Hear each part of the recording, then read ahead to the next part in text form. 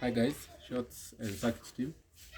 So leo tuko pande za bypass. Tumekuja kusort out shida ya bell. Bell haifanyi kazi.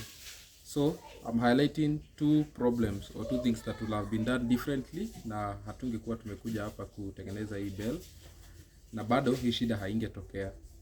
Na hata ingetokea, we will have sorted it rahisi kuliko venye tutaisort saa hii. So ukiangalia hapa,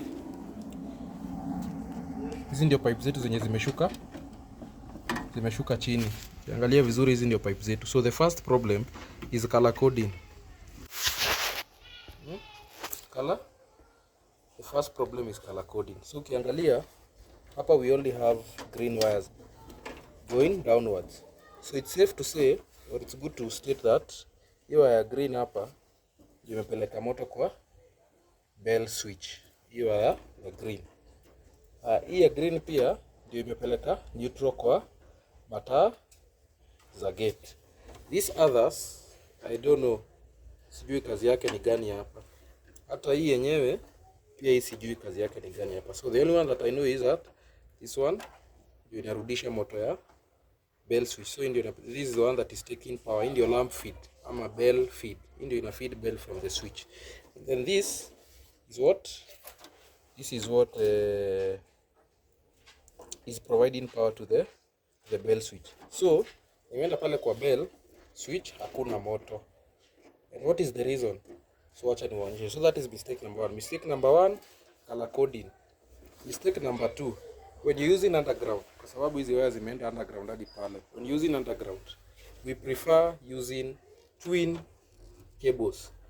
A cable that is double insulated, either twin ama flex. Flex shida yake ni saa zingine wewe inakatikia ndani, but we prefer using twin cable. So that is the second problem.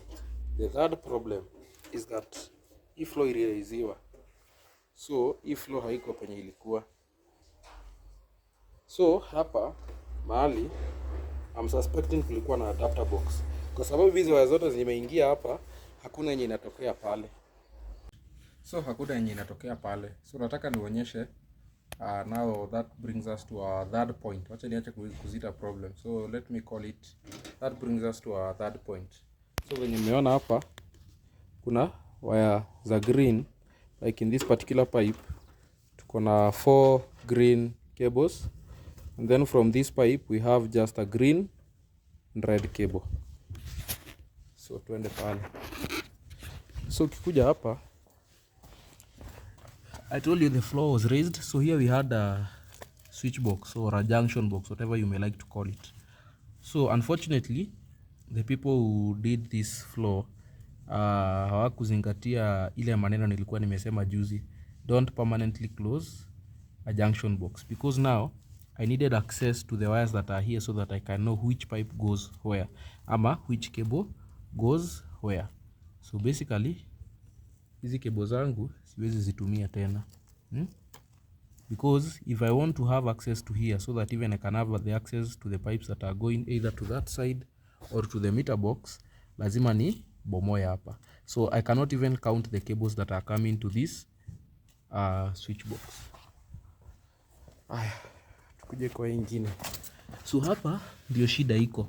So hii ndio cable yenye ilikuwa imeleta power from the meter box, but for now haifikishi moto. So sijui penye moto imepotelea, because I only have this cable right here and the cable right there. So I don't know, maybe imekatikia ndani. So that aside, this was our neutral, and then this is what was taking power to the lights. So pia hii ukipea moto pale kwa meter box, haina continuity. In short, ukiweka pale kwa meter box ukuje ushike hapa ama uguze na tester, hakuna moto. Haya, ile cable yetu yenye ilikuwa ile lamp feed yetu, ile bell yenye na feed bell yetu ndio hii. Ukiangalia already imekatika, ama nimeikata. Why? Because ilikuwa imerastia mahali pale ndani. So ilipata kidonda, ama it was stripped maybe when it was being installed, alafu ikapata kidonda. Actually sijui kama mnaweza ona iko mahali pale ndani. So hiyo hamwezi ona. So in short,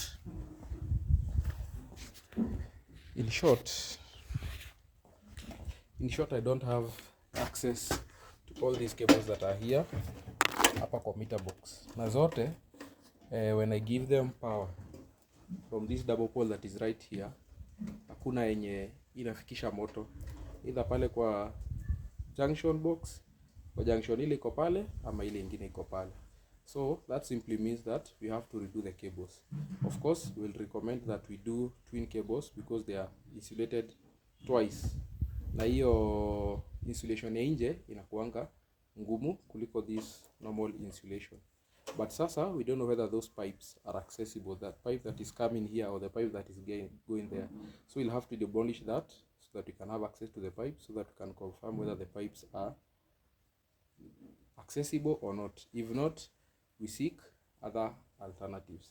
So for now, client itabidi amebaki bila bell kwa sababu already it is 5 in the evening. So on a Saturday, most shops are closed, masaa hakuna, so we'll have to sort this next week. So back to my 3 points. Kama hizi mambo tatu zingezingatiwa before then, hatungekuwa hapa tukifanya hii repair. Number 1, color coding, because kama cables zingekuwa zimevutwa venye zinafaa pale, I will probably have been able to identify which cable is going where. Number 2, using the correct type of cable. So in this case for us, side zetu zote, we always recommend to the client, that is what we do. When you're doing anything underground, use double insulated cables. Don't use single cables.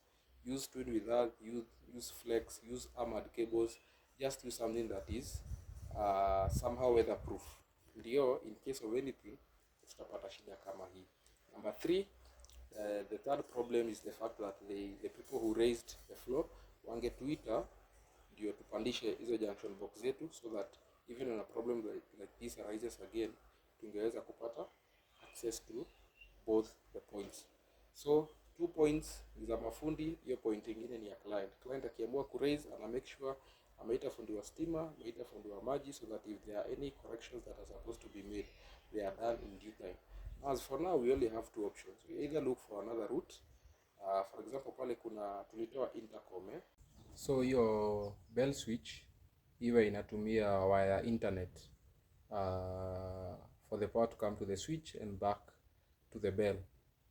So that is option number 1. Option number 2 ni tujue kama hizi njia zinaenda, of which